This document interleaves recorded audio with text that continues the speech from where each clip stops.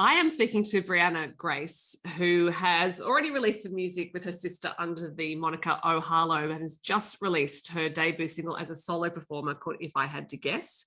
Briannah, hello. Hello, hello. How are you doing? I'm very happy to be speaking with you and also interested to find out more about this single, If I Had to Guess, because I understand you've waited a couple of years to release it. What was that like, waiting?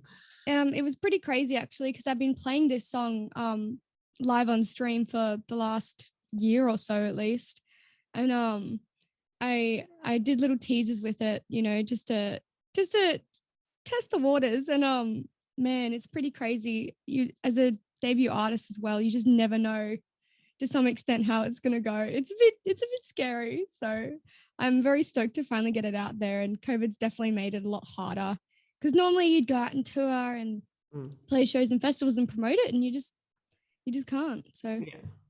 You mentioned that you've been playing it live on streaming, and so that is, you are a Twitch streamer, and I'm interested in that idea of releasing music. So because I don't game, I don't know what happens, so I'm not quite sure how one releases music. Is it that you are already on the stream and so you just release music? Take us through it. How does it work? Well, as for gaming, I game, but I'm pretty awful, so I don't say I game.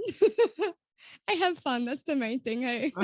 But it's actually a live streaming platform for anything you want. So you can do music, rock climbing, video games, painting. There's all sorts of things. But yeah, I started performing on Twitch because of the pandemic, and I miss playing music and connecting with people. And I after, I want to say it was like 5 or 6 years of playing live, going from doing that full time to nothing, I felt really trapped. And so I just jumped in the deep end. And it's pretty cool because I get to talk to people live, but also from all around the world. You're not just limited to your local area.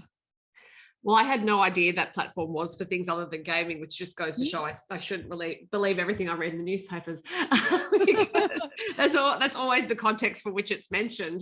But yeah, look, I'm not a performer, so I can only imagine what it was like to have that very sudden stop to what you were doing, and how that must have made you have to rearrange your whole life, particularly because Oh Harlow released an EP in 2020, and I can't remember the exact month, but I'm sure you remember the exact month it was released, because it was probably not the timing you were hoping for.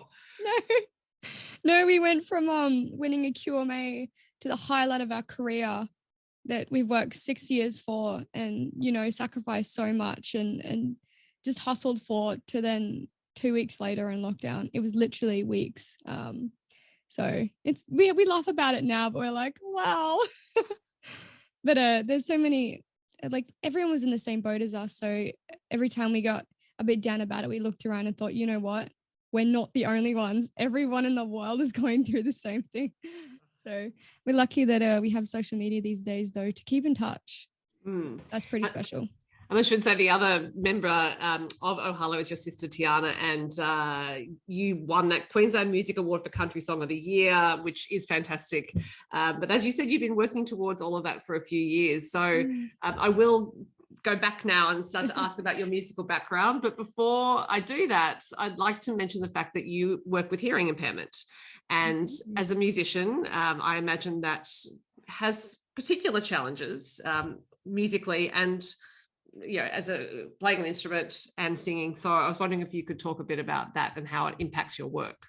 Yeah, no, 100%. Thank you for bringing that up. It's not really talked about, I find, and I've only just started sharing it, to be honest, because most people don't really understand, and it wasn't something that I felt comfortable talking about until the last couple of years. I think a lot more people have started talking about it, and because if I say I have a hearing impairment, a lot of people say, yeah, but you don't sound like you do.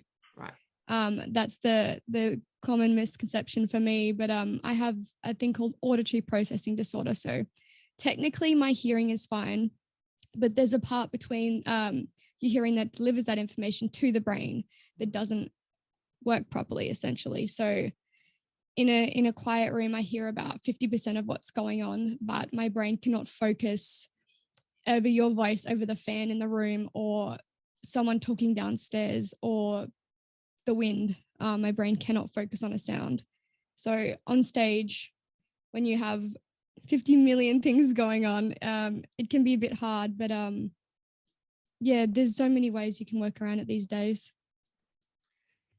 Is it something that you've had to practice a lot? Well, I imagine it is, like, particularly in a playing live environment, just training yourself to focus on particular sounds when there are all those competing sounds. Yeah, so I lip read. I was actually undiagnosed with the hearing impairment until partway through high school, because I taught myself to lip read, and teachers noticed that I was never looking people in the eyes at school. I was always looking just slightly down, and they noticed that. So that was how I was actually diagnosed much later than most people. But on stage, I wear an in-ear device. But a lot of the times things go wrong. Power goes out, whatever, you name it. But I've really learned to just practice songs so much so it becomes muscle memory is what I like to do myself. Right. And to learn as a singer, because obviously when you're singing, you can hear your voice in your own head, but if there are all these other sounds competing with that, does it throw out some challenges in reaching pitch you want, or getting the right tone in your voice, or even finding the note?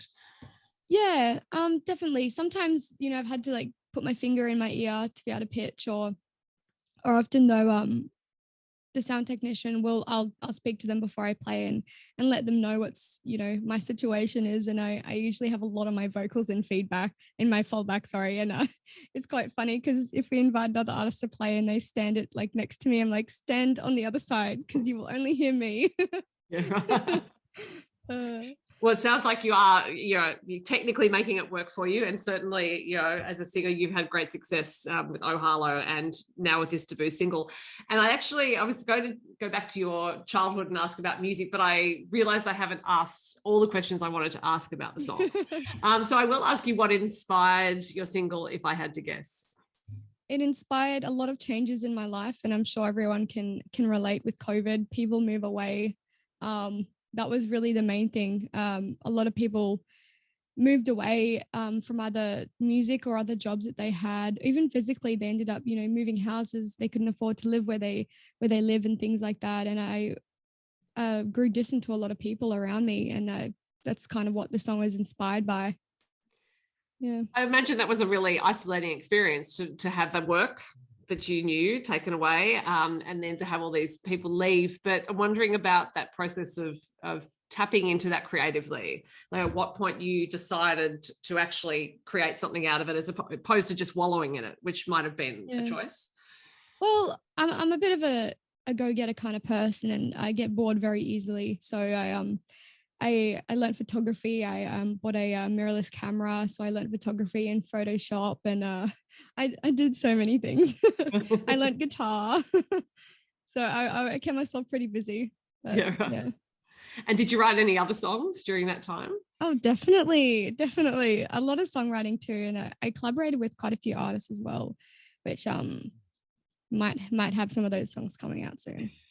So with these, I imagine, were Zoom co-writes that started to spring up. Yep, definitely. Even just phone calls. Yeah, right. How old-fashioned phone calls.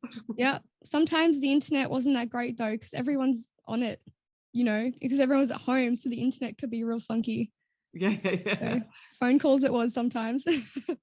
Now, the song has a great country pop sound and a really catchy chorus, an earworm chorus, I think. I'm wondering if you set out to write a catchy song or if it just popped into your head like that. Well, we started writing the song, and I wrote it with Nolan and Jade Gibson, and I mainly wrote it myself with Nolan, but he played part of the song and I was like, oh, that's pretty cool. And he just wasn't he wasn't vibing it at the time. And I was like, you know what? That's actually really cool. And we started writing more on it, and we wrote a bridge together. And then I went away and just changed the melodic structure of everything, really. And I came back and I played him the song, and he's like, you have to record that. So that's kind of how it happened. We just worked on it over a couple months, and it turned out pretty special, I reckon. Yeah. So he wasn't upset that you had altered the work you'd done together. No. And I took it into the studio and changed it even more. It's pretty crazy when I listen back to the original voice memo. It's changed so much. Do you find if you like that editing process, or if that's your natural inclination to edit a song like that, once you've recorded it, do you not listen to it in case you think, oh, I really like to go back and change that some more? Not really. I think before I go into the studio, I do have some sort of guide as to what I want. And I'm pretty lucky working with Red Engine Studios with Andrew Cochran, that he also really likes to produce as well. So between the both of us, I chuck things up in the air, he chucks things back, and I go, I love that, or I like that. And so there's a lot more creative input and ideas than just myself. Because if I did it all myself, I think I'd get too close to it. It's great having a fresh ear as well. Yeah. So now I will go back and ask you about your musical development, because obviously your sister is musical as well. And so it begs the question, did you grow up singing together? No, not one bit. No. Mum and dad aren't musical, actually. They laugh. It just came out of nowhere. My dad was born with one hand, and in school he never got the chance to play music. He really wanted to. He actually wanted to play the guitar, I believe. But as I said, no music teacher would teach him. So when we got the chance to do music in school as a hobby, they supported us 110%, which was pretty freaking special, because we would not have been able to tour, Australia and play where we did without the unconditional support. So it's pretty amazing. But I myself only started by chance, because I have reduced lung function, and it was a form of therapy for me. So, and also with the hearing impairment, it helped my speech a lot.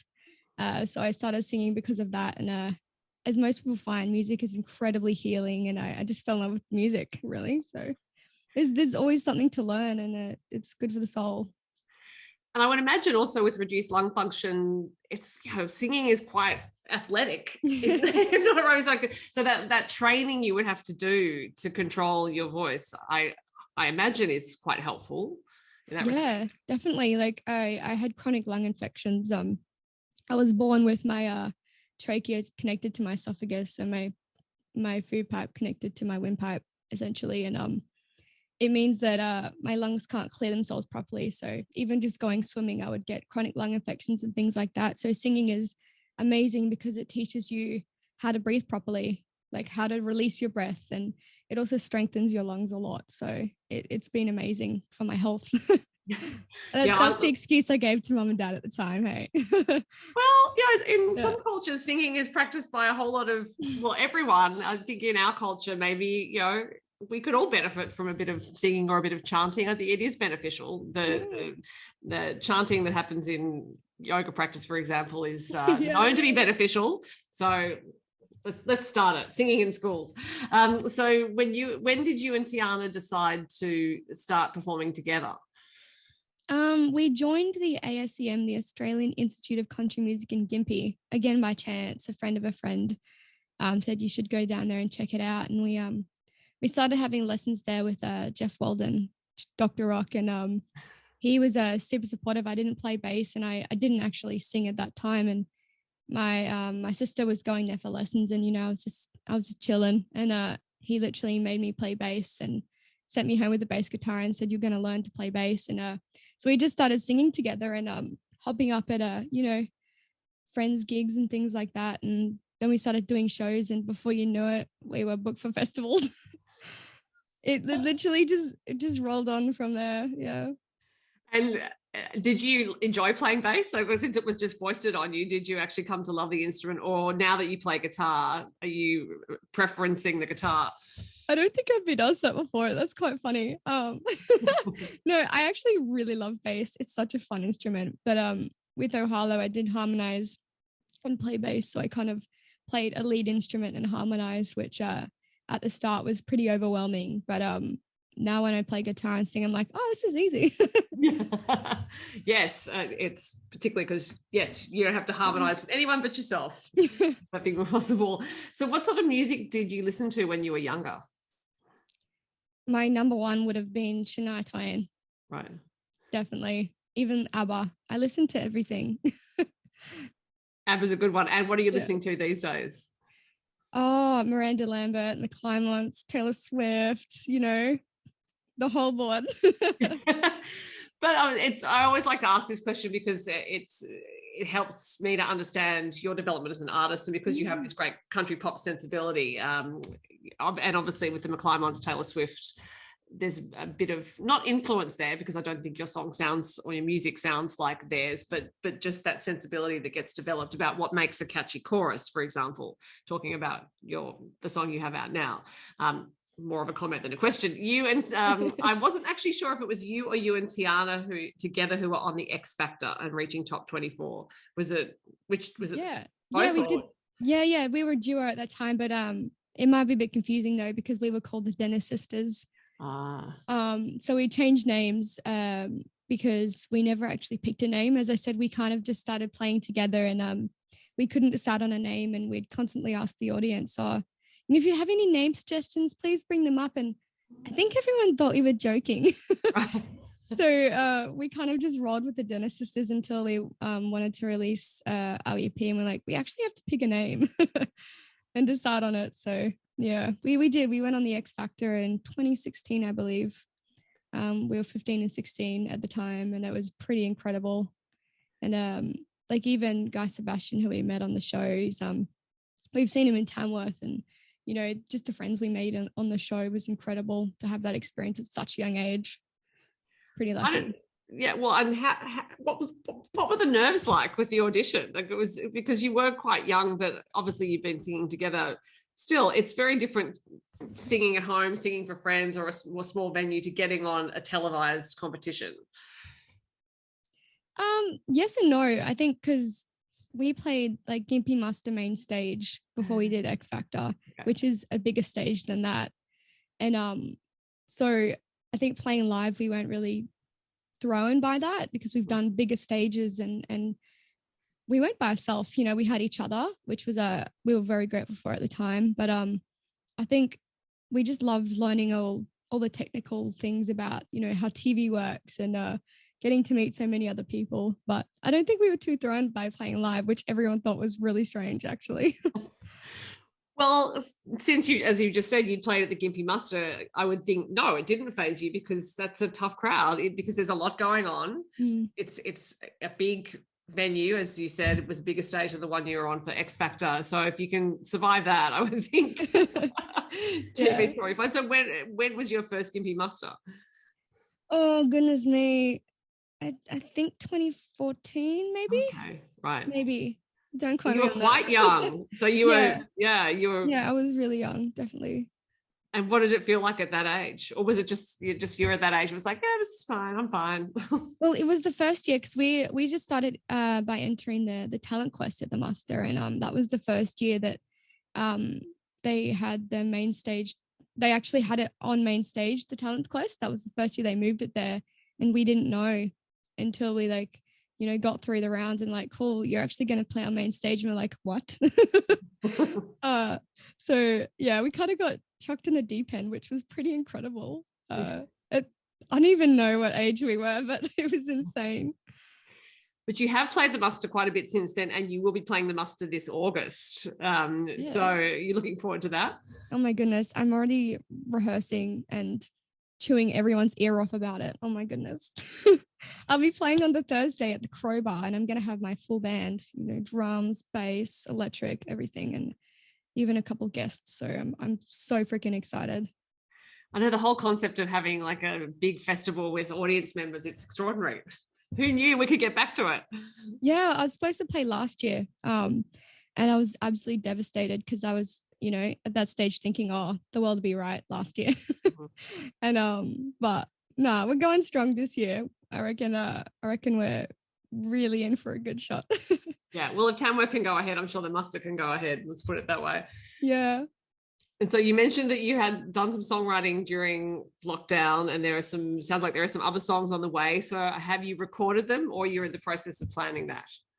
Well, a bit of both. Nothing is locked in yet. I think I'm a bit of a perfectionist. Even just to hop in the studio in the first place, I've spent so many hours just refining the song. Even with if I had to guess, I had drawn so much for that song that it ended up taking a while to release with COVID as well. But no, I've definitely got some stuff on the way. Definitely. Do you think your perfectionist tendencies get worse the more involved in the music industry you get, or do you think you're more inclined to give yourself a break because you have had success? No, never. Never. I think actually I probably do the opposite. Yeah, definitely. I love to write and then pick a song, and then I ended up, writing another song and then loving that one more. But at the same token, as long as I, like with recording this song, as long as I feel like I did my best at the time, then I'm happy with it. Like I'm not someone who goes back and hates what I did, if you know what I mean. Sure. Yeah, so I'm really proud of this song, and I'm stoked to release more soon. And with the songs that, when you're just saying when you're writing songs, sometimes you'll write something else, think, no, this is a better one. Do you ever go back to those poor little discarded songs? See what's become of them? Sometimes. It's usually when I play it for somebody else and they go, oh, I love that song. I'm like, really? Yeah. Maybe you shouldn't be so harsh on yourself. Yeah, it's usually other people that spur me to give it a chance. Right. Well, Briannah, the new song is If I Had to Guess. It is your debut solo single, but of course we know you from Oh Harlow, and it is a great, catchy country pop song. It'll be in my head for weeks. It's earworm has launched. So thank you for giving me that earworm, and good luck with the next songs whenever they come out. Thank you so much for having me. I've had a fabulous time. Okay, thanks. Bye.